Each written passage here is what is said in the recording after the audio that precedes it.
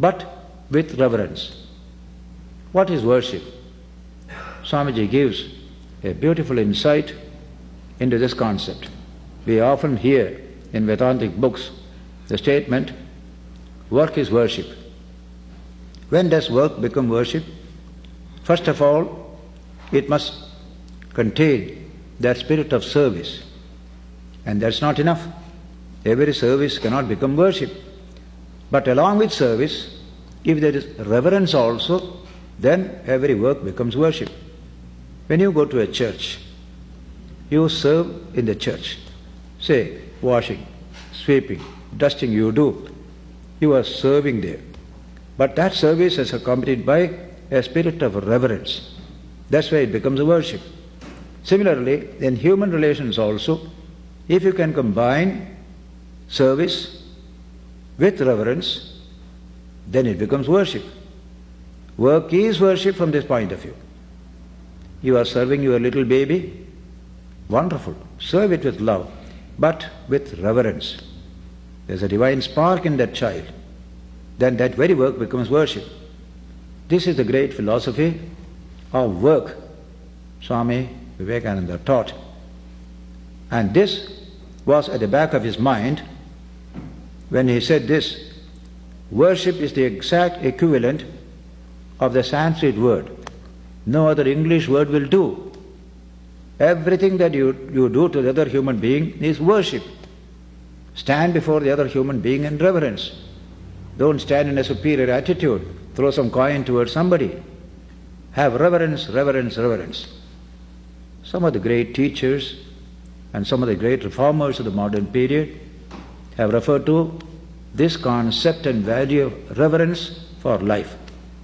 One was Albert Schweitzer, that great German missionary and scholar. Reverence for life should be the center of our attention. In Swamiji you find the explanation for it, reverence, because there is a spark of the divine in every human being. I may be poor, I may be down and out, I may be broken, but that divine is always there. And so stand in reverence before every human being, convert your work into service and service into worship by adding reverence to that service. He said this in that Madras lecture. At that time, this teaching of Kapila to his mother Devahuti was at the back of his mind. Here is that wonderful verse that comes a little later after the verses which I quoted earlier had been mentioned. Kapila says, Athamam sarveshu bhuteshu bhutatmanam kritalayam arhayed danamanabhyam maitriya abhinnena chakshusha. A profound verse.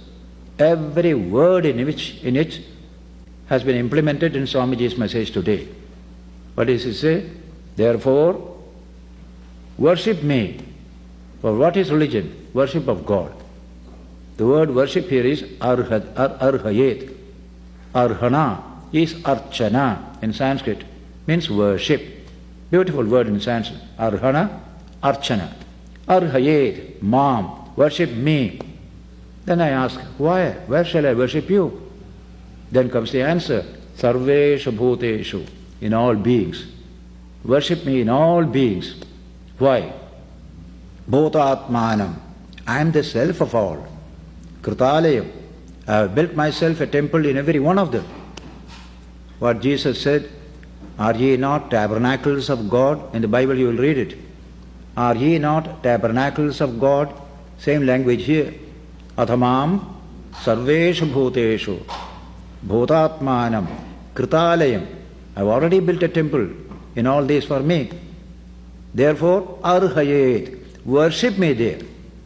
How to worship God in man? Easy to worship God in the temple or in a church or in a mosque. Very easy, because God doesn't respond. We say in India, you take plenty of sweets and fruits to a temple and offer it to God. And you get the whole thing you get back. Nothing is taken there. But in God, in the case of man, it is quite different. He will eat it. Certainly he will take it away. So, that second line is most wonderful. Arhayet, worship me there. How? Dana manabhyam. Through dana, mana. Remove the felt wants of people around you. Hungry, find food or employment. Illiterate, give education. Full of sorrow, bring peace. Thus, removing the felt wants of people around you, of beings around you, worship me there. And while doing so, respect the person concerned. He may be poor, he may be backward, he may be sick, but respect. Why? I am there. Don't forget that focus. That point of reverence is there. So the second word is mana, respect. See the wonderful idea. If I see a poor man, I just throw a coin towards him. There's no respect in it. It is contempt. It is pity. Pity has no place in this wonderful human relationship. It's all right in an aristocratic society. We can pity the common people. But in a democracy, we don't pity. Everyone has a status. So similarly, every human being has a spark of the divine. So the Lord says here, arhayet danamanabhyam. Remove the felt wants of people around you. While doing so, respect them. They have a dignity. Today they are poor. Tomorrow they may cease to be poor. These are all passing things. And therefore respect me in them. Respect their integrity as a human being, as carrying the spark of the divine. These are the two words. Dana, mana. Dana actually means charity, donation, or giving. Do means to give. It's a wonderful word. Donation is a word coming from the same root in Sanskrit. Donate, dana. This Sanskrit is the base for these words there. So dana mana abhyamana is respect. Respect the person there. What a beautiful idea, respect for man. Even the little baby, we have to respect that little child. Today's education tells you, respect the child. Today's whole democratic philosophy tells you, respect the common man. In him is some profound value. Of course, in democracy, we know the value of the common individual. Where you find the voting time in elections, Vivekananda referred to this aspect of Vedanta in the political context when he spoke in America once. Your democracy is the essence of Vedanta, because every man has an integral value in democracy. Because you have $1 million in your pocket, you don't have two votes, only one vote. Everybody has only one vote in a democracy. Its philosophy is you have an integral value. The same Atman is present in everyone, whatever may be his social status, in his fullness. That's why in recent elections in India you will find an old woman can't even walk. People carry like this. She goes to vote. She has a status. As a social individual, she has no status. She is unprotective, very weak, but she has not lost her supreme status. That spark that is within, that is where her individuality lies. Nobody can take it away. May be very poor, may be a beggar even. He has also a status there.